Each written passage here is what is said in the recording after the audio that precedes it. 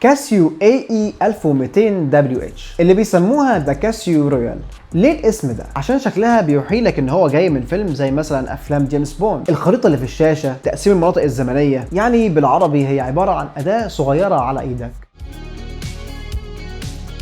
ولكن في الاخر هي كاسيو، وكمان سعرها $40. اللي يخلي الساعه دي جامده فعلا انك بتاخد فاليو كتير جدا في ساعه رخيصه. يعني الساعه فيها الورلد تايم، التوقيت العالمي ل 31 منطقه زمنيه، وخمس منبهات، وبطاريه تعيش معاك لغايه 10 سنين، ومقاومه للميه لغايه 100 متر، والشاشه بتاعتها تصميمها كلاسيكي جدا كانها من اول الالفينات كده. والاجمد من كده ان الساعه بيتعمل عليها تعديلات، يعني في ناس بتشيل الاستراب بتاعها وبتحط ستراب معدن او بتحط ستراب من النايلون. كاسيو F91W. الساعة دي تقريبا مفيش حد ما يعرفهاش، بس برضو خليني اقدمها لك. الكاسيو F91W هي اكتر ساعة اتباع منها في العالم. تخيل كده، الساعة فوق ال 30 سنة ولسه شغالة لغاية دلوقتي.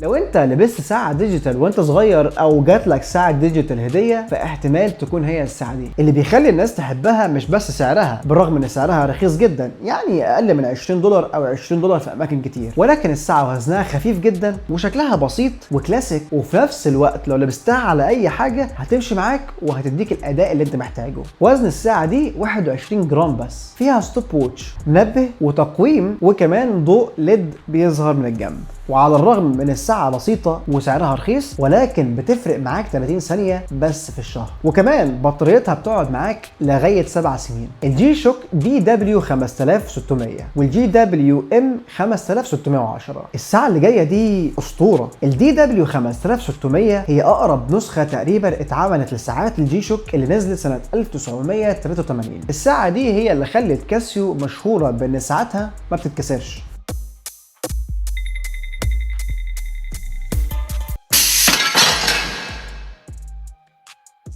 شكلها على شكل مستطيل بسيط، الشاشة بتاعتها واضحة وفيها وظائف كفاية من غير ما تحس ان هي معقدة. الناس بتحبها ليه؟ لان تصميمها نظيف ومتين جدا، ومقاسها مناسب لمعظم الايادي، وده طبعا نادر لان معظم ساعات الجي شوك بيكون حجمهم ضخم شويتين.